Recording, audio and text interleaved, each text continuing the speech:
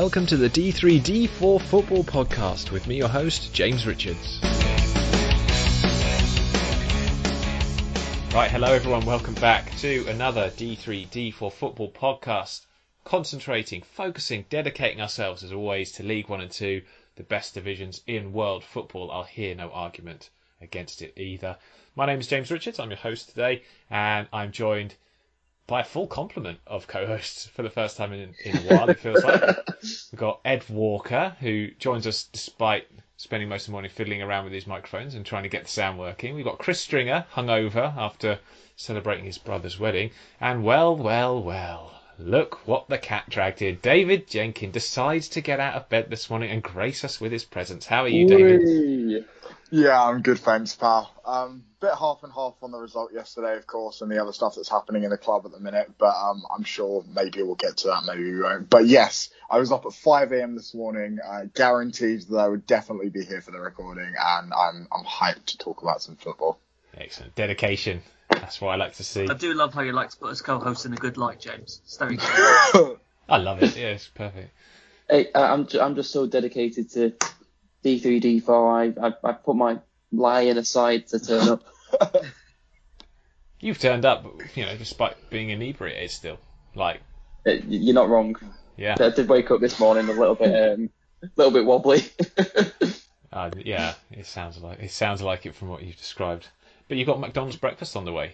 Other fast food chains are available, by the way. I'm not sure when that's turning up, but I might quickly go into mute at some point. We'll know then. Excellent. Right, this podcast is sponsored, or in partnership, I should say, with The Big Step, tackling gambling's relationship with football. Great feedback we got from our interview with James Grimes last week. Thank you for everyone who messaged us and showed solidarity and support for the cause. It's really good to see people like us are of the same mindset that really football does not need this saturation of gambling advertising. It's not fair on people who are vulnerable to addiction or those trying to recover from it, and I'm pleased to say a lot of people agree with us. And also thank you to some new patrons jumping on board. We've got Andrew, John Walsh and Andrew Broom all coming on for the coming campaign. Really appreciate your support, guys, as we jump in to the football and start, as always, in League 1. League 1. And fairy tales are something that I tell my daughter is only in books, but actually it seems to be continuing in a certain part of Lancashire, up on the coast there. Morecambe taking on Sheffield Wednesday in the same division. Now, I don't want to make this too coy or twee, or it's not little old Morecambe or anything, but it is just, the difference in size between Morecambe and Sheffield Wednesday. The fact that, was it 5,000 or so, 5,700 I think it was, turning up for the match was the record attendance for Morecambe. Brilliant stuff to see. And they, despite not playing particularly well, Stephen Robinson wasn't happy with his team's first half performance. They changed the system. They went to three at the back, brought an extra defensive cover and got from a set piece a goal to win the game. And it's all they need to do. They've got 7 points now, I think, from their opening start to the season. Was it 5 matches? And frankly, if they continue in this vein, and maybe they will, maybe they won't, but it's an absolutely brilliant start, and no one can deny it, Ed, because Morecambe at the moment are a great story in Division 3.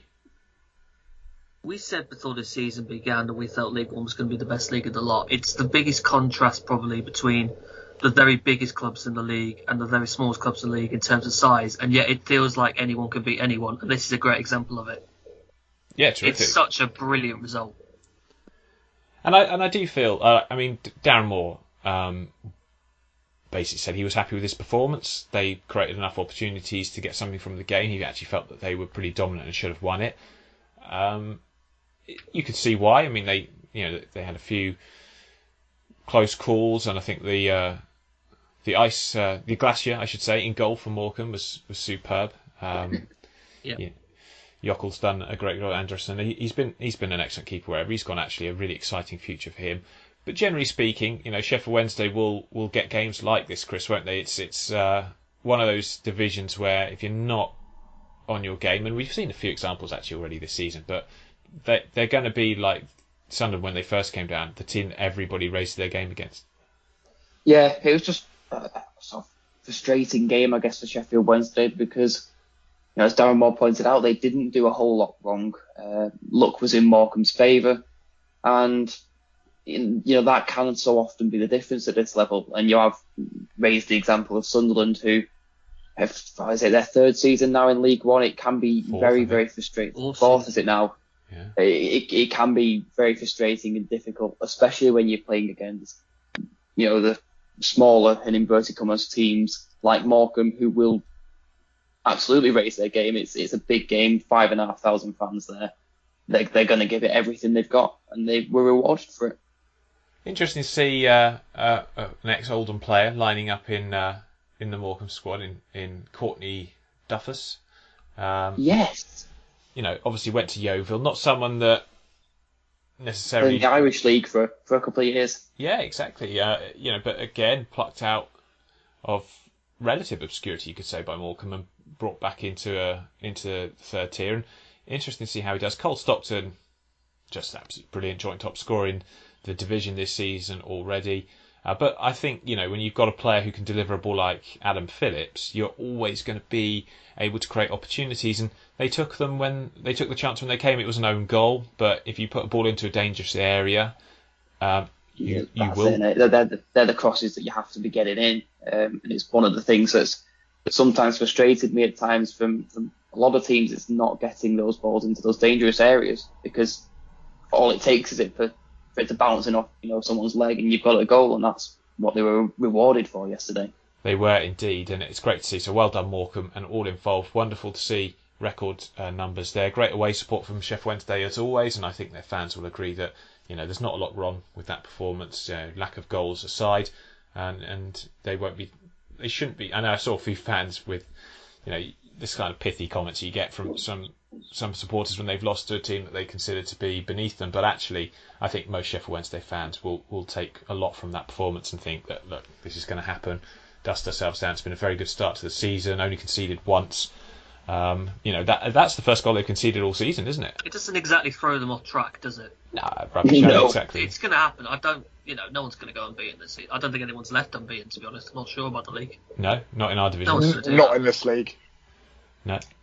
Well, actually, only Harrogate, isn't it, that we were saying beforehand, is the only team in League 1 and 2 who are yet to taste the feat. Who would have suggested that, for the start of the season? Yeah, exactly. I mean, but again, great result for Morecambe. You talk about putting crosses into the box, right? Richie Wellens fuming that his side in the last half hour just didn't do that at all. Yeah. Losing 2-0 at Rotherham. Still some concerns, I think, about Donny and the way that they lack threat, really. Richie Wellens has got players who he wants to bring back from fitness, and he was talking that maybe getting them some minutes in the Pizza Trophy in midweek, but that's not looking likely now. So yeah, I consider his frustration to be pretty apparent. He needs more experience, and I think they're looking to recruit that if they can, but we're getting very, very close to the end of the window, and a lot of sides are talking about doing late business, but they're all doing it against each other, aren't they? They're all competing with each other. But again, Rotherham have got that squad that has basically played a level higher than this, and it's been kept together. Smith is such a good player. Michael Smith will score lots of goals, and when he's not scoring, he'll cause lots of problems. I thought Doncaster failed to deal with him. I think Richie Wellens mentioned his post-match that was one of his big frustrations. They had a lot of the ball, 64% of the possession, Doncaster, but only had one shot on target in the game. And I think, Ed, we talked about this before, didn't we? They just look a little bit makeshift at the moment in some respects, Doncaster. And it's difficult, really, it's difficult to see, unless they get their sort of key players back or sign a couple of players in attacking areas, how they're going to get the edge they need to win games like this. Yeah, I agree. They still, particularly in those forward areas, it still seems like he's just putting together what he can up there, and it's not what you want from a. I think it's part of the reason they're not getting a lot of shots or crosses in, to be honest, is that the front line isn't maybe at the level you'd want it to be for this division yet. Am I right in thinking like Tommy Rose playing up front? I believe so, yeah. Yeah. But hasn't he been playing left back? Or am I? He's gone everywhere, I'm pretty sure. Yeah. He's a bit of a utility man. You know, I mean, they've got Galbraith, who I think is the, if I get this right, they've got Barlow and Galbraith. Now, Barlow, I think one of them was at Manchester United as a youth player. Which one was that? Is it Aidan Barlow, who was at Manchester United as a youth player? Galbraith was at Manchester United. He's on loan to Manchester United. Yeah, he's on loan there from United now. You see, that midfield of Galbraith, Close and Bostock, I quite like. It's not bad, is it? I think that's a good trio. I think that's decent. But like Wellen suggested, when you get in the final third, if you're not taking advantage, it was bread and butter for any balls they put in the box are pretty much bread and butter for these sort of experienced defenders that Rotherham have. I mean, you look at their back line, it's pretty formidable. It's pretty experienced. Hikwe is, he's funny. Every time he plays in League One, he's one of the best defenders in the data. It's a bit like Michael Smith and Matt Crooks, isn't it? When Matt Crooks was at Rotherham, those three just seem too good to the level.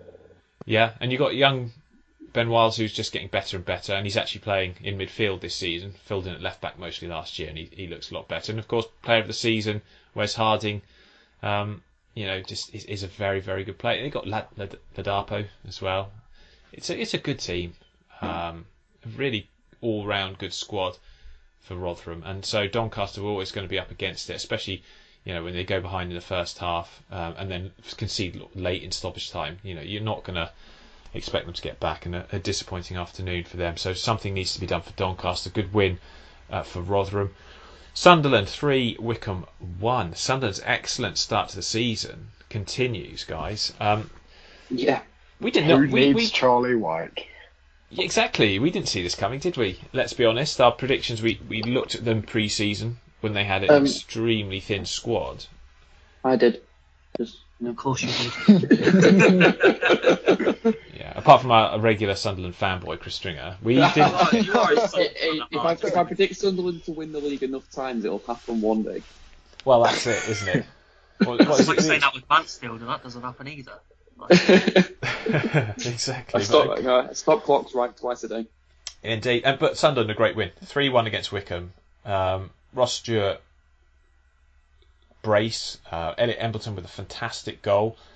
It's exciting times for Sunderland to start a season this well, because let's be honest, in their time at this level in League One, they've not really ever had such a great start. They've never felt to be this convincing early in the season, and this is the season when I thought they'd struggle the most at the beginning, because they kind of were still putting together a lineup very, very much late in the window. They probably will want to sign a couple more players before the window shuts, but actually, we talk about Lyndon Gooch and his ball carrying ability and the way he creates chances. He's a great player to have. Embleton seems to be finally becoming the player that we all thought he would when we saw him on loan at Grimsby. He looked so good during that spell, but he's stepped up his game to the level that you need to if you're going to play for Sunderland. Carl Winchester gone back to right back, and actually, like you say, Chris, he actually started his career there, and he looks very natural in that position. And even with their centre back pairing of Flanagan and Doyle being 17, they look really, really good. And 09 and Dan Neil in midfield with always Aidan McGeady available on that sort of left hand side. It's a good team, and against the Wycombe side, who are always strong, that is an excellent result, isn't it? That's it for me. It's beating Wycombe, who we all think will be a top 6 side. Mm-hmm. I think that really shows their credentials this season. Yeah, I think it's also Sunderland are a team that bring Alex Pritchard off the bench. That's the quality they've got. I think that's brilliant. You can bring someone like him off the bench.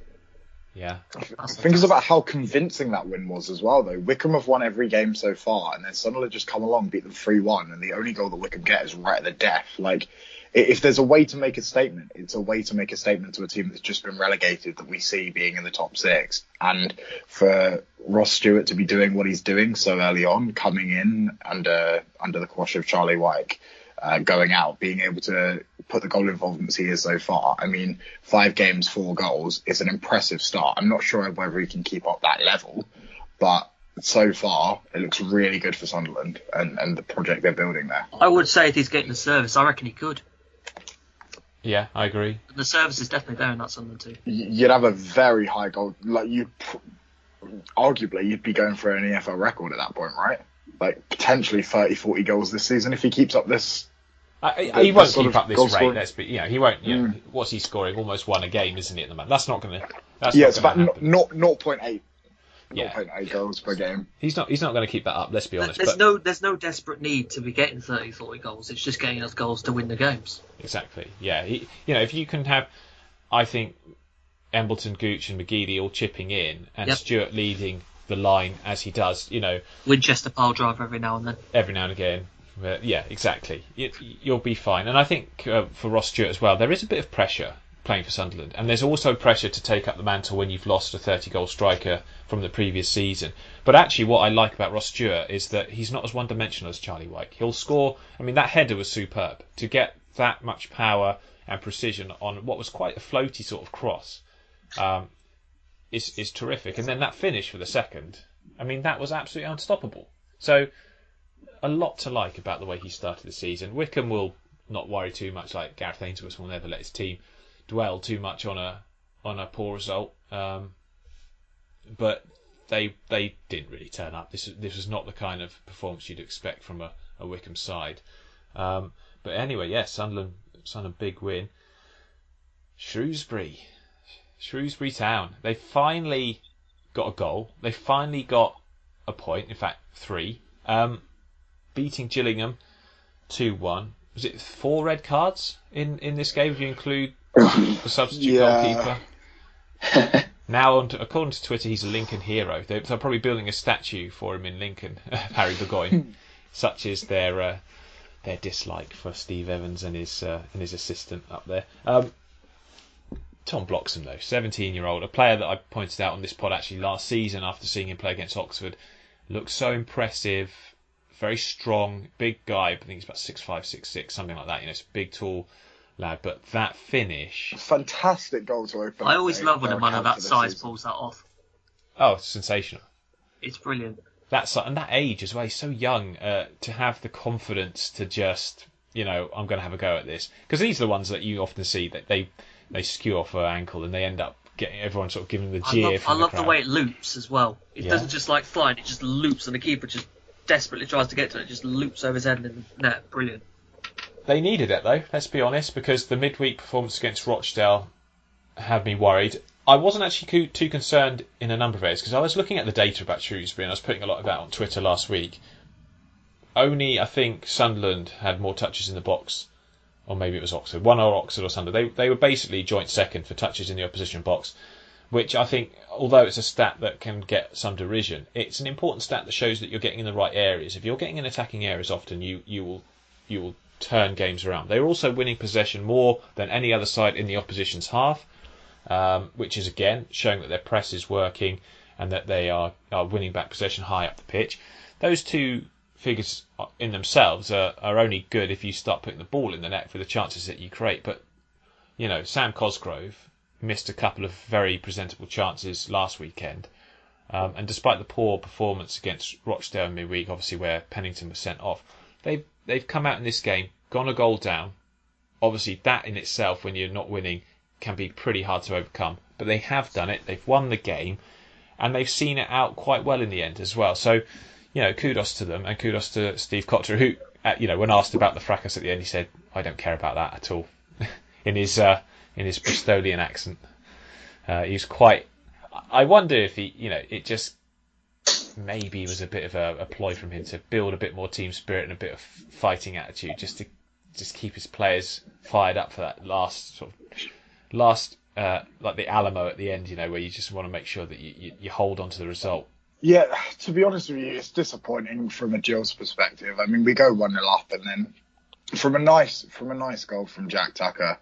And then it's just two relatively, obviously the fantastic goal from Bloxham, and then for the Cosgrove goal, it is what it is, I suppose. But fair play to Shrewsbury Town in the sense of being able to get their first win of the season. Shame it's at our expense. I'm just, I don't really know what to say about it, to be honest. The part of the end and just the general kerfuffle and everything that went along with that, I'm sure there'll be consequences again. I just think, to be honest with you, for me, it's just a real shame because everything that's happening with Gillingham at the moment, not just the injuries that are happening, but the rumours of Evans quitting, the stuff that's happening between the chairman and Evans.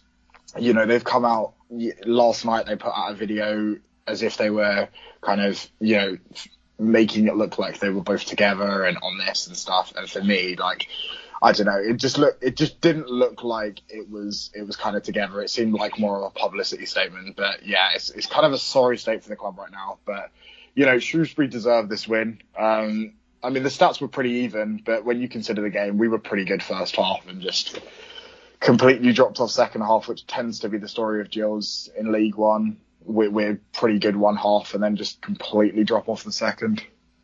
Yeah, not a great place to be in. I mean, your chairman seems to, anytime anyone criticises him, say that they're not real fans. I've noticed he has that sort of. I mean, it's a real challenge. It's a real challenge because you've got two sides of it, really. You've got the side of, like, okay, understandably, you don't want somebody coming out and, like, you know, I understand that you don't want hate towards yourself or to other people, and I'm not condoning that by any means. But there also has to be a level of, please don't play the victim constantly. You know, constructive criticism has to be taken on board, surely. Absolutely. And when you consider the state of what's going on in terms of, you know, I know it's early in the season, but we're in a situation where we've got a 40-man squad and, you know, more if you include youth players. But I don't know. I just think that there's some signings that need to come in. And when you've got the potential of rumours of a manager going just before the transfer window is due to shut, and other difficulties around that, I simply don't understand what's happening with the club. I mean, there's more and more calls for Evans to stay, but also for Scally to kind of sell up. But I don't see it happening. I would like a little bit more transparency and maybe for the chairman to not take things so much to heart sometimes and look at things a little bit more in a reality perspective, instead of the video that they kind of produced where it was the main sponsor as well for some reason is giving in his 10 pence about the comments. And it just seemed... It was the guy in the sunglasses at the back looking rather like his bodyguard. It was our main sponsor that for some reason was giving his 10 pence as well. And it just, I don't know, it just doesn't make any sense to me. Like, I get that they want to present a united front, but what Scally's talking about, the frustration with the fans isn't really down to necessarily what's happening on the pitch at times. It's down to what has happened off the pitch with some of the stuff behind the scenes with season tickets and other stuff that, you know, other stuff that the club has promised or said they're going to do by this date and then just hasn't pulled through on it. And I think over time, when you let people down in certain ways, then that can obviously grate people quite a bit. I also think that you look at the recruitment this summer, it's been disappointing in terms of, like, there's clear areas of the squad that as you approach the window are just huge holes to fill. I mean, you know, you've got a lot of midfielders, but you need forwards, and Steve Evans has obviously been very vocal about that and saying that if he doesn't get one in, he's going to have to consider his position. I mean, that in itself says a lot. But yes, Gillingham struggling, a 2-1 defeat against Shrewsbury Town. Well done, Shrewsbury Town, though, for getting that win. And I, to be honest, wasn't hugely surprised because I think there has been. I think it was the Salopcast guys described it as being a mixture between bad luck and being shite, basically, for Shrewsbury start of the season. And I think that's a good way of summing it up because, you know, they have had their spells where they've been unlucky, but they have had their spells where they've just not been very good. Oxford, 3-1 win over Lincoln, who don't really have any players fit at the moment. Only 13 first-team outfielders fit. I mean, to be honest, like, they still put out a competitive squad, and they were their own worst enemies in this match. You can't, like, and it was very apparent from Michael Appleton's post-match comments. He wasn't blaming their injuries on this defeat because they gave the ball away to Oxford in dangerous areas. He was saying they didn't work hard enough, they didn't close down hard enough, and that, you'd have to agree. If you look at James Henry, the amount of space he had for his goals, you can see why Michael Appleton would be pretty disappointed. But actually, the 11 they put out on the pitch were good. You know, they don't have a striker, fine, but you know, you've got a very strong 11 out there. And yes, they had to change the way they played, and it was always going to be difficult for them against an informed Oxford who've now won all our home matches this season. But actually, the goals were avoidable that they conceded. and just a bit sloppy. And I think that's what Michael Appleton alluded to. I mean, fantastic for James Henry to get a hat-trick in this. He's 51 goals he's now scored. So he's in the top 10 now, is he? I think I heard someone say for Oxford's all-time record goal scorers, which is pretty good going for a midfielder. He's done a superb job as a player for us over the last several years. Nice to see a player stay at a club more than 1 or 2 years. It's rare in sort of the modern game where you get 1 or 2 year contracts, especially in low league football. But he played a superb game. Sykes had a great game again. Brannigan was busy. Taylor's very intelligent. I mean, a shout out to Thornley as well. He's obviously taking up the mantle of this sort of charging forward defender, which we've had in Rob Dickey and Rob Atkinson over the last couple of seasons. He's been, I don't know, it's something that we plan for, but he's been charging out with the ball, causing a lot of problems, driving us forward, and that's great to see, and a great victory for Oxford. Lincoln, like I say, injuries aside, were probably their own worst enemies in this, but at least they had that Harry Burgoyne moment to really console them. You know, seeing Paul Rayner on the floor in the Shrewsbury dugout brought apparently a lot of smiles to Lincoln City fans' faces, I've heard. So, I wonder if they'll pay his fine. They'll do a whip round and pay his fine for him. Just giving page, yeah. Yeah, just go fund me or something. Yeah, that'd be quite good. I know it was a fracas at the end, but I find it difficult for Steve Evans to call out the appalling behaviours of others on the touchline. I have no idea what you mean, James. He's an upstanding person. Pot kettle comes to mind. Yeah. Portsmouth, they beat Wigan 1-0. They lost to Wigan 1-0, but they did it wearing a very fine kit. So I'm sure they'd be very placated by that. Swings and roundabouts. Yeah, I'm sure the fashion was the top of their list. Well, I have to say though, when they released this kit, you guys are far too young to remember, but they had in the early 90s, in the Guy Whittingham era, in a very lovely kit like that, and it's kind of a hark back to that, and it does look superb. I like it when clubs go back to their history. Please, Oxford, though, we don't want the repeat of that grey away kit we had in the mid-90s. Thank you. Grey kits are great. What are you on about? Great, yeah, okay. Oh, what did you call it? Mystic Stone or something. What? It was a what did we decide it was called? Industrial 60s. Polluted car park, I think. Polluted car Brutalist park. architecture. Yeah. Brutalist architecture. Oh dear. Anyway, Callum Lang, Chris, getting the winner. Finally getting a chance to play at Wigan, which is. It was a cool finish as well. It was a good finish. He's been there for years, but not really been there for years, if you see what I mean. He's kind of been loaned out everywhere, hasn't he? Yeah, he played the second half of last season, did he? But he went up to, obviously he was at Oldham for a while, went over to up to Scotland as well for a bit. And Motherwell. Everywhere. Yeah, everywhere. And he's a really good still player. Only 22? Yeah. That's crazy, isn't it? That is quite crazy when you think Callum Lang's 22. He's such a good player. He's going to be... Yeah, he's going to be a top player at this level. He'd probably end up going higher based on what we've seen of him. Well, he was playing with Sam Surridge, and I think at the time he was very similar in quality. Yeah, I think Surridge had a bit more physicality, didn't he? Yeah, slightly, but I mean, other than that, it was... Yeah, and you see Surridge playing Championship at the moment, but he's got a few Premier League performances under his belt, and I don't think Lang's far behind him. Well, and Lang will also be remembered for that goal at Fulham. There you go. Glory days. Anyway, we're talking Wigan, and they beat Portsmouth 1-0. 10 points from their opening 5 games of the season is a brilliant start for Liam Richardson. He's done a fantastic job. You know, I always wondered, and I think we were all sitting here thinking, how will he do with managing a team with different expectations to the one he had last year? The answer so far seems to be very well indeed, and obviously they've recruited well. Wigan look at a very strong side. They've got a strong bench. Danny Cowley said they've alluded to their aggressive recruitment.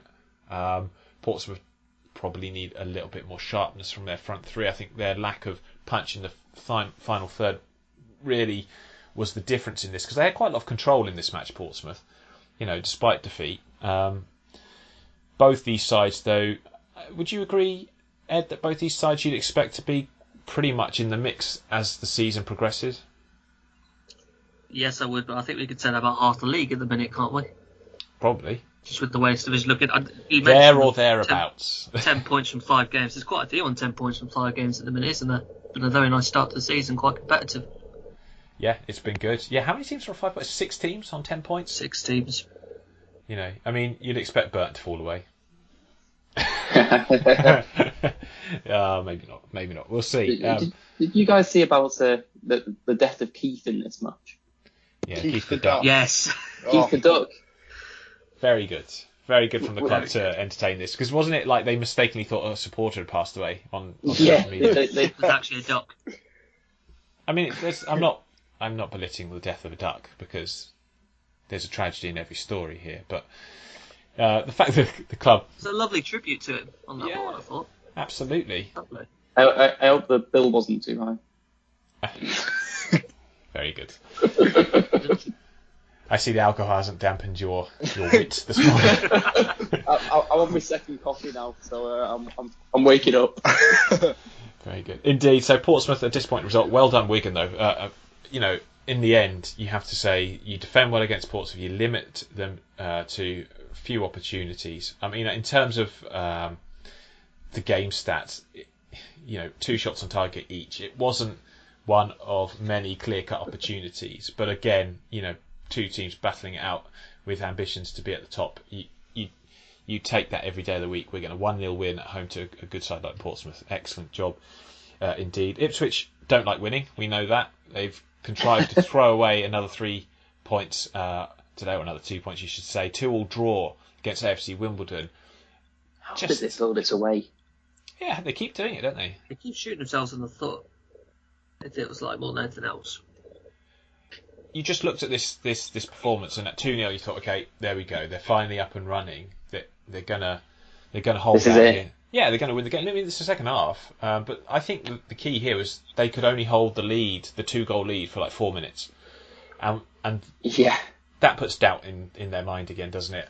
And then they scramble. It was a bit of a scrambled equaliser from Wimbledon. A huge credit to them for pretty much matching Ipswich, especially in that second half, and putting them under enough pressure to get a result. But Paul maintains, of course, that this is a work in progress and patience is needed. Again, I still am not enamoured with the way Václav Hladký has started the season for Ipswich. I think, I look at that goal and I feel he should have done probably better. Am I being harsh? No, I think that's reasonable. Is the hype been a bit much for him? Don't know.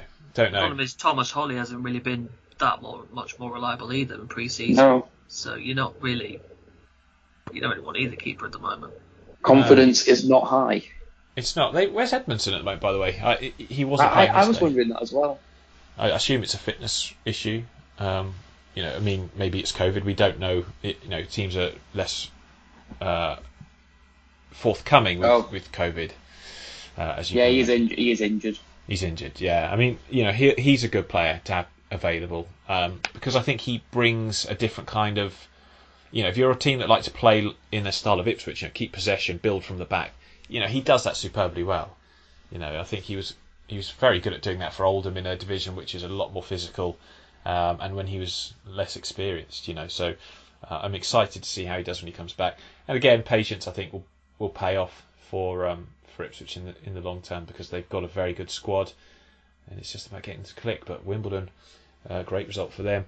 We continue, guys, to be very worried about Crewe. A 2-0 defeat on the road. Only 1 goal scored in the league all season. Charlton, again, they've struggled at the start of the season to get off the ground, but they had to win this one. They kept a clean sheet, a lovely goal to seal it. Jayden Stockley, of course, chasing, getting onto that ball, going around the keeper and finishing well. Is it too early to say writing on the wall for Crewe? I mean, it's very, very early in the campaign, but there's not been a lot, has there, to get excited about for them? No. I mean, I think they were playing Callum McFadden at right back yesterday. Yeah. Last place I'd want to put him is right back. Anywhere up that right hand side, I'd want him on the left all the time. I don't think the options were there at the moment. It's really not nice to see at the minute to that Crewe team. It's difficult, isn't it? It's difficult. Where do you go from here as well? Because They're not a team that you think will do a lot of business. I think there's too much to fix though as well. And the thing is, Crewe aren't the kind of side that would go out and buy replacements. No, they just don't have that in their. It's not in their banter, is it? They'd rather develop them. They had a front three of Knight, Ainley, and Mandron. And I think McFadden was left back actually. I think Adebisi. Yeah, I think he was left back. I'll put him down as right back. I might be wrong on that. Yeah, I mean either way though, like it's a team that it's young. It's a young team. They don't have that. They don't have that core that they've lost the core of that team, and it's not there now, is it? It was an exceptional core as well. It was, yeah, it was. Not to wither away any sort of positives from Charlton, because that was a good performance, a more controlled performance, defensively a lot better. Obviously, Charlie Kirk playing against his old team. Had a decent game. Jarsimi on the right hand side of threat. I think Morgan and Watson is a nice midfield too, with experience and what Albie Morgan gives you. He'll give you the legs, the energy. And I like Connor Washington. I know Connor Washington has his detractors, but I think at this level he'll score goals and he's a nuisance. He's going to be a player that Charlton can rely on to chip in with a fair few goal involvements, whether or not they're assists or actually goals scored. He's going to be a useful player. So a good win for Charlton Athletic in what has been a little bit of a difficult start to the season, and I think Nigel Adkins will be very pleased with that. Cambridge beat Bolton by 1-0. Great to see Shiloh Tracy having a strong performance and getting the goal. Bolton, it's one of those performances, and they'll brush this off because, as we spoke about them last week, they're a very good side, and a bit like Sheffield Wednesday, they're not going to be able to win every game. But as long as they keep their level of performance up and keep creating chances, on another day they would have got a result there. They're quite unlucky with that opportunity in the second half, which sort of bounced everywhere but into the net. MK Dons, Matt O'Reilly on the score sheet again in a 2-0 win.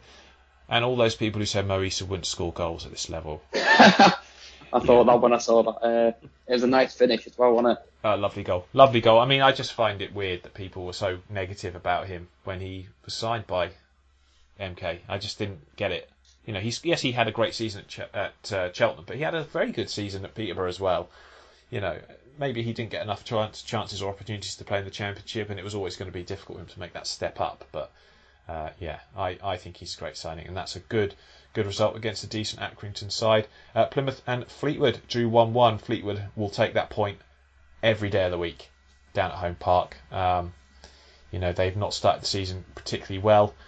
But I think Hardy and Jeffcott have. No, I'm saying Fleetwood. I think we're seeing that front line back to what it can be. I expect them to. Yeah, they've been streaky, so it'll be interesting to see if they keep that up. Jeffcott, obviously a young player, can go through peaks and troughs, as young players often do. But if he can find a consistent level of goals this season and maybe spread them out more evenly, because last season it was crazy. He scored so many goals early and then he didn't score in the last 20 matches or something ridiculous. But I said Fleetwood would take that and a really good result on the road. Burton played and drew.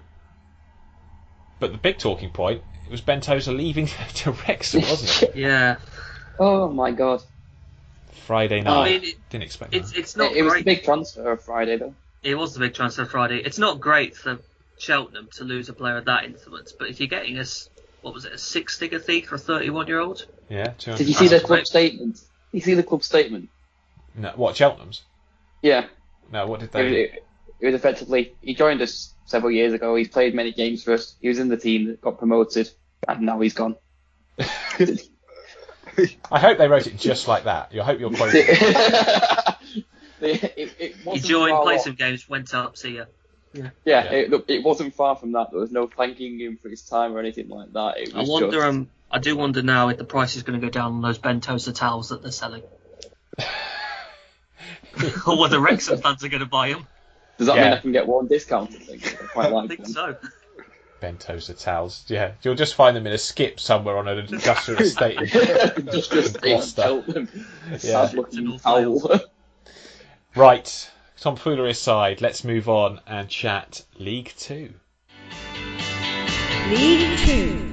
And in League Two, the big result of the day I think, was Port Vale's win at Forest Green, because Forest Green had won every game so far. They by far scored more goals than anyone in the division. I think they still have something like 13 goals in their opening 5 games. Obviously a clean sheet for Port Vale, a very structured, really well worked performance. Darryl Clark's game plan coming off perfectly. Jamie Proctor getting both the goals. And just they didn't allow Forest Green to play their game, Ed, and we know what Forest Green's game is. It's a free flowing, fast moving, using the width of the pitch. I mean, one thing to note, I think, with Forest Green is when they don't have Ebu Adams and Nicky Cadden, they're always going to be less of a threat, and maybe that was part of the case, but I don't think that detracts from what Port Vale did, and it is nice after injury problems to see Proctor score. 2 goals in the opening 9 minutes of the game. That really set the tone, didn't it? I think it kind of put them clear, to be honest. And from a Forest Green perspective, I'd be quite disappointed. It felt like Port Vale got a load of touches in the box for both those goals as well. Able to lay Wilson off, Proctor off to the first, and then I think McGee fails to deal with a ball across from the left-hand side, and Proctor's in the perfect spot to finish. And by the time it's 2-0, they're probably looking in control. Yeah, and they haven't won yet this season, and a lot was made of that, but they haven't lost, Port Vale. They're no easy team to play. They just hadn't really clicked in the attacking sense, and they've finally done that. I think they hit the post and bar 5 or 6 times in their opening few games, so they weren't far off it. And these fine margins finally went for them. I thought Garrity actually put in a really good performance, Chris, here for Port Vale, a player that you were not particularly keen on when he was at Oldham last year. Yeah, I think the less said about his time at Oldham, the better. Oh, that's a bit harsh. I think his passing, I have to say, when he was at Oldham was a little bit wayward. But he's a central midfielder. That's his main job. Yeah, his energy, I think, is what Darryl Clark likes, and I think he will grow while being alongside people like Tom Petton and Brad Walker. I mean, that's a nice 3 across the midfield, and the fact they've got no Tom Conlon at the moment, having him to come back in, Worrell playing as a sort of a right wing back, Benning on the other side. I think if Worrell is a right wing back, if you can get him as far up the pitch as possible and have someone cover the space behind him, he's a very fit player, so he'll give you a lot in both senses. But I don't like seeing him pinned back or being defensive. He needs to be far up the pitch to be. Clark seems to have persisted with his back 3 at the minute. I think they've got James Gibbons coming back to fitness now, and I wonder if that might see them be able to get a right back in and switch to a back 4. That'd be really good to see what else forward, certainly. Yeah, I'd like to see that. I mean, in terms of defensively, they've actually been pretty sound. They had an awful first half against Stevenage, but didn't lose the game, and I think that's important. If you're not going to play particularly well, don't lose, and then you're building yourself a bit of a platform, and this win makes that start the season now look a lot rosier. Forest Green, bad day at the office, you could argue, but they weren't at their fluid self, and Port Vale deserve the credit for that. Swindon beating Mansfield by 1-0. No doubt that Mansfield will feel they were a little bit robbed here for multiple reasons. One, that they actually played very well and created enough chances. And 2, David, was that over the line? I mean, I'm not really sure. Like, the angle doesn't give you too much of an opportunity to see it, does it? I reckon it's one of those where it's about 90% over. What? If you could see it from above, you'd probably see this maybe like 10% of the ball if that wasn't over the line. Yeah, it's hard to see, isn't it? It's really hard on that angle. It's hard to see. But look, Swindon Town, absolutely fantastic start to the season. Deserve a lot of credit. I love their goal as well. Yes. Johnny Williams has only just come on, he delivers this ball, and Tyree Simpson just kind of throws himself at it.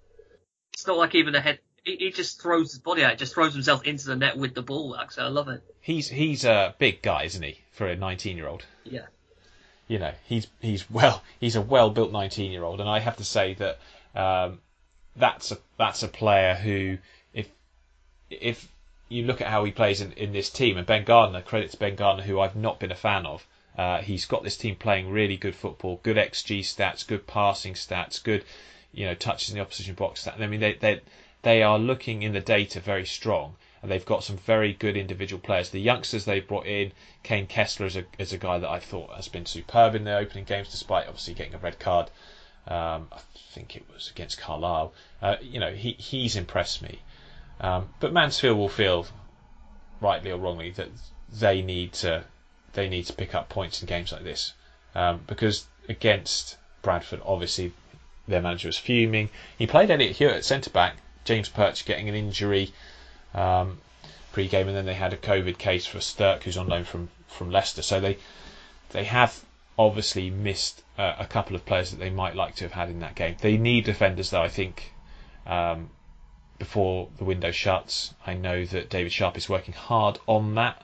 Couple of targets that they're looking at to bring in to reinforce them. Up front, I don't actually worry too much about Mansfield. I know Johnson's not started particularly well, but Ollie Hawkins has been excellent. Their midfield four is, a very strong sort of quad of players in there, and they've got nice depth as well in many respects. It's just defensively for Mansfield, I think they need to improve. Sutton lost their first ever league fixture played at Gander Green Lane. They lost to Oldham, and Yes. I was actually preparing. I'm annoyed with Oldham here because I was preparing a tweet to say that no points in the league, only Oldham. I had it already, and Pierre Gianni goes and scored in the 88th minute, and then they go and blooming win it in deep in stoppage time. But Chris, you must have been a very happy man yesterday. Yes, I was. It was the real highlight of the day at my brother's wedding.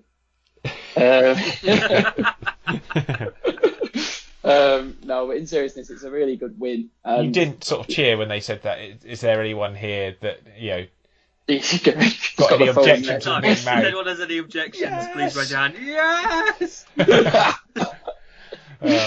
No, it was a really good win, and in a week where there's national media's been discussing the protests at Latics, and we've had a director say that the fans are killing the club. It was nice to have something that was just genuine joy. There's a fantastic picture going around of a kid celebrating that last minute winner. Simon 95th minute. Simon Jordan hasn't got a clue what he's talking about there, does he? He did quickly retreat when people. But he quickly retreated when people were correcting him on Twitter. Yeah, but there's a fantastic picture if you go on the hashtag of a little kid celebrating. It was a 95th minute goal. It was our 18-year-old striker. Yeah. And it's just, that's what football and that's what my club should be about. Yeah, and it was, the highlight for me of that was just the way Bahambuda sprinted down that left-hand side of the pitch like a man possessed, wasn't it? What a guy. I can't express my love for that man. You're talking about 96th minute of a game where he's probably knackered and he found the energy to get the ball forward. Slightly fortuitous deflection into the path of Junior Iamba, but first ever goal. And what a week he's had as well, because he scored the winning penalty against Accrington in the cup. Didn't he get a retake as well in that? Yeah, so it was saved, but for some reason it was retaken. The keeper was probably like a mile off his line or something. That's usually what. Yeah, something he converted the retake. So it's been a good week for him. Been a good week for Oldham. Been a good week. Keith Curl delighted to see his side show that character. And to be fair, you've lost all your league games by one goal so far, and two of those were like last minute as well. So yeah, we've been quite sloppy, so it was nice to see it go the other way round. Yeah, exactly. Due a bit of luck. As were Walsall, who beat Stevenage by a goal to nil. Ed, finally Walsall have 3 points for Matt Taylor. At last, yeah, and a nice cheeky little finish, I think, as well from Connor Wilkinson, who is going to come on his left, and you kind of think he's going to curl in the corner, and he just slots it in the near post instead, really catches the keeper out. And that was it for them, really. To beat a Stevenage side that we know has a good defensive record is nothing to be ashamed about at all. Very good result. Very good result. And much needed as well, because the negativity, obviously after a very poor year last year, you don't start this season particularly well. The doubts start to creep in, don't they? Yeah, for sure. But a great result for them. Matt Taylor, I haven't yet managed to hear what he said after the game, but he'll no doubt be the pictures that the official Walsall Twitter account put out of him just celebrating at the end, it showed what it meant. And obviously very pleased for him, because I think he's put in a lot of work. They still, I think, need reinforcements in attack before the end of the window to give them that real opportunity. They need Rory Holden back as well, because I don't think he's featured yet this season. And he has an influence on this team. For sure. And again, they didn't have a plan B when he was out last year, and that was part of the problem, I think. I think Earing has come in and shown that he could perhaps do that role. But you're right, Rory Holden is a very, very good player for them, and a huge miss as it stands. But I still maintain they need a true number 9. I think if I'm honest, that's what they've been lacking, and it's not surprising to see they haven't really been free flowing in terms of goals scored so far this season. Another deserved mention this week before we go on to Salford is Scunthorpe beating Tranmere by a goal to 0. Again, we're talking about teams needing a number 9. I mean, Tranmere just look a bit gutless in attack, but the biggest talking point in this has to be the worst penalty I've ever seen. Maybe. Oh, that's horrific. Awful. Like that is horrific. It's absolutely shocking decision because one, Callum McManaman's arms are down by his side, and so if it had hit his arm, that's not a penalty. Like literally, his arms were right by his side. The referee indicating that it hit him high on the arm. Well, it hit him in the chest firstly, so it was nowhere near his arm. Just terrible decision. But then Tranmere have, you go on to have 70% of the possession in a match and not really threaten enough. And I think that sums up, the Super White Army as it stands, doesn't it? They just don't have enough threat going forward. No, they don't at all. That's 4 consecutive games now where they haven't found the net. They've got 1 league goal so far, and that was in their opening day win at Walsall. I can't work out who their main striker is. I've still got that problem. I don't think Dizaruve is a lone striker kind of man. Putting a lot on Elliot Nevitt, who's coming to non-league, is a lot, and the same to Paul Glatzel to Liverpool. It's really unclear where that goal scorer is at the moment, even though there's quite a lot of quality, I think, still in midfield areas. We said that when we watched the Oldham Tranmere EFL Cup match. Yeah. Me and James, and they didn't really have an outlet at the front. Yeah, they still managed to score 2 goals, didn't they? I mean, yeah, of course they did, but that's Oldham. I wasn't going to say it, but okay.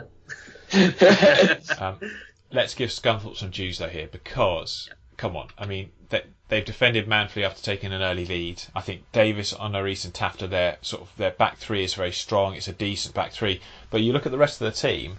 You've got Aaron Jarvis up front, who's had a real difficult time since being there. Hippolyte playing midfield with young. You've got Jai Rowe. It's such a young group of players. Yeah, Lewis Thompson playing. I mean, Lewis Thompson's performances have been superb. He's keeping O'Malley out of the team essentially. Yeah. Mason O'Malley, who's done so well last season, this sort of thing. They've got Pugh and Beeston as their main sort of midfielders. I mean, how old are Tom Pugh and Alfie? I mean, Alfie Beeston is probably the most experienced, and he's what, 23, 4? Can't be more than that. He's 24 at the start of October, I believe. Yeah. So this is Tom Pugh was a 2000 baby, so oh my goodness. Yeah, it's a long group for sure. Yeah, young group, and that to get that result, they deserve a massive amount of credit, because that's on paper they've got a very weak squad. It's a squad that lacks sort of what you define as a huge core. It's the back 3's fine. I don't think there's any problems with that back 3, but elsewhere you look and you think, they're going to struggle. But they get the goal, they defend well, they keep their shape, and I think Neil Cox deserves a lot of credit for that, and a great result for Scunthorpe United. Friday night's affair was quite amusing. Rochdale celebrating their 100th year in style with that sort of centenary kit. A 1-1 draw they ended up getting against Colchester. But the goal. I feel like everyone's centenary kit is a black and white stripes. I remember Gillingham having that a couple of seasons back. To be fair, every team blamed black and white when they first started. Oldham's was red and white. Okay. Stripes were in back then, weren't they? Stripes were the look, yeah. The black and white was just an easy colour scheme to go for as well, isn't it? Yeah, I think a lot of people copy Notts County because they were like one of the big teams to start football. I would have thought so, probably, including Juventus. Yeah, that's it. Yeah, Juventus did as well. I mean, loads of teams have that sort of historical link to, in Italy. Loads of those teams have a historical link to England. Yeah. I think English sailors started Genoa, which is an old club. There's a load of that sort of stuff over there. But I mean, Yes, it could have gone a bit better though for Max Taylor and Coleman in goal, couldn't it? I mean, that was a bit of a. I mean, it's a terrible back pass, but what has the goalkeeper done? Yeah, it didn't seem there was much pace on it to beat him and go in the corner like that. I think he slipped. It's got to him. He's seen it's not coming directly at him, and he's tried to change direction and slipped, I would have thought. It's difficult because the camera's on Taylor as the pass is played, so you can't really see his starting position. It is hilarious, though. I was just watching it on repeat. I was in awe of it. It's one of those that will go down in folklore. Were you there on our celebrating our 100th year? Yeah, I was there. Yeah, I remember that goal. Yeah. To be fair, Rochdale were the better team in my opinion in this. More creative. They've got the best XG in the division, and that's a credit to Stockdale, who is a man who's growing on me. I think he's a very honest manager. When you hear him in his post matches, you can sense he's just this. You know, he doesn't make excuses. He just says this is how we are, and I'm pretty. You can see he's got a system that he wants to play, and he's trying to get the young players to play it. Corey O'Keefe, by the way, what a pickup that's been. Been a big fan of him for a long time. Didn't really think he got given much opportunities at Mansfield, and he's been absolutely brilliant so far for Rochdale. I wasn't surprised to see Salford beat Newport 3-0. Newport conceding 11 goals this week and scoring 0. Not a good week for them. But Salford's data is actually really impressive. So the fact that they hadn't picked up a win before now was a bit of a shock, but it was always going to come. They've got a very strong 11. Maybe not a great bench potentially, but Conor McElhaney finally getting the goal. Ian Henderson just always scoring. But Newport just did not help themselves. Defensively this week they've been atrocious, and the sooner Mike Flynn gets packed from his... if they're trying to get their manager happy and well again... They've really not helped him this week, have they? To ship this many goals, yeah. Yeah, I actually haven't seen the Southampton game, to be honest. But you expect a team in the Premier League. They just blitzed them. Southampton. They were just ruthless. Just kept going. Yeah. I think it's because part of it people were joking about because Southampton have been in some heavy troubles themselves, and so when they get up towards 6 or 7, they're thinking, "Oh, we could get one ourselves here." Crazy week for Newport, but Salford deserved that win. And later on, a big win against Bradford because, of course, they'd lost disappointingly against Harrogate at home midweek, and they needed that to bounce back. And Harry Smith, who missed a penalty in that game, great to see him get on the score sheet. I actually like Leyton Orient. I think they've got a very good defence. They've got some good young players coming through, and generally speaking, Kenny Jackett has started the season quite well with them. Bradford, bit surprised that they didn't offer more threat in this. Like you say, Ed, no team's going to go unbeaten, but it wasn't a great performance from them. It feels like Jackett just had every answer to what Adams gets his teams to do. So that's immense credit to what Orient have in the manager dugout at the minute. Yeah, indeed. Yeah, and to be honest, their defeat against Harrogate, if you saw the goals, they were so avoidable. It was Leyton Orient kind of gifting to Harrogate a couple of goals, but fair play to them. They're unbeaten still, a 1-1 draw with Exeter yesterday. Should have won it. Jack Muldoon having a great opportunity near the end to win it, but was there a red card in this? Harry Kite? Was Harry Kite, yeah. Yeah, so Exeter did in the end quite well to come away with the point, and they'll take that against a team like Harrogate. It's not often we wouldn't be saying that really a couple of seasons ago. Oh yeah, Exeter will be happy to take a point from Harrogate. How football changes quite quickly. But there you go. Hartlepool continue their wonderful home form, a 2-1 win against Carlisle United. 1,000 fans from Carlisle making the trip across the country to watch this one, leaving disappointed in the end, but a really good finish from Houlihan, who I think he's been. Did you say Houlihan then? What's it? Houlihan? Yeah, Gavin Houlihan. Houlihan. I'm giving him. They're close. You can treat them like the same player. They called it Houlihan on Quest as well, didn't they? I mean, both finishes of Hartlepool were terrific. They were fantastic. Tyler Burry, this guy who just... He's looking fantastic. Yeah, he's just one of these live wires. He reminds me slightly of a more clinical Craig Davies when Craig Davies was at Oxford. Pacey, just direct, not afraid to shoot. Just slightly more effective, I think, than Craig was when he was with us. But yeah, really exciting times for Hartlepool. Very strong at home. Dave, like I said last week, Dave Challoner, manager, I really have been impressed by. And they're very settled as well. The squad's really, really impressed me. I mean, everyone talks about Jamie Sterry as being this man to watch out for, playing right wing back there. I'd have to agree. I think he looks superb every time I've seen him play. He's got a long throw on him as well. So they which I think caused the problems for Carlisle for the winner. I'm not sure how Chris Beach will take this. I mean, he'll be disappointed. I don't think Carlisle really got going, but it's never easy going to Hartlepool, and they'll be a side that, if they keep this home form up, will be pretty formidable. Any other results we missed? I know, was it Barrow won, Bristol Rovers won, Joe Button still insisting that he's the man to turn this around. And Crawley 0-0 with Northampton. So those two getting draw. I mean, it's difficult, Bristol Rovers, isn't it? They've not had the start to the season they want. I saw Jack Baldwin's gone and left this week. Hanlon as well, moving out. Is that going to pave the way for the sort of forward recruitments they need, Ed, do you reckon? They've got so many players already. I saw this thing the other day, they're talking about maybe getting 5 more people in before the window, and I'm thinking, you've got to get rid of people to do that. They've got so many people. Well, they're trying to get rid of Zane Westbrook, aren't they? Yeah. Another player that's on the block. I don't know whether Anzi Yakala might be on his way out as well. It seems like they're throwing Belshaw and Jed Ward as the 2 goalkeeper options for him. Yeah. To be fair, that money for Hanlon won't go into transfers because of the court ruling. Bristol Rovers wanted to get at least 150k for Hanlon, so that they could pay Gillingham back for the fees that the court demanded off of them. So that's the reason why they were holding out for like 150k anyway. And that's the reason why they wanted to sell him in order to kind of recoup that money, so they didn't have to pay it out themselves and could get it through the transfer instead. Oh, right. Didn't know that. And also, obviously, he takes his wages off the bill. But you're right, they've got a big squad. My goodness. Big numbers. Right. So, again, we won't look at the league tables just yet. Just sparing Chris that in these early stages of the season. Next week. Yeah, it doesn't matter. It's not realistic at this time. Yeah. It's not. Can't read anything into it at all, surely. You're saying that 5 games to the end as well. It's only realistic on the last day, we all know that. That's it, guys.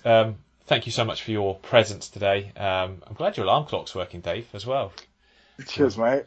My natural body alarm clock was working today, actually. Like, my phone actually went off, and it annoyed me because it went off 2 hours after I'd already woken up. You need to sort your alarm clocks out. 2 hours later. Oh, I really do, mate. I really do.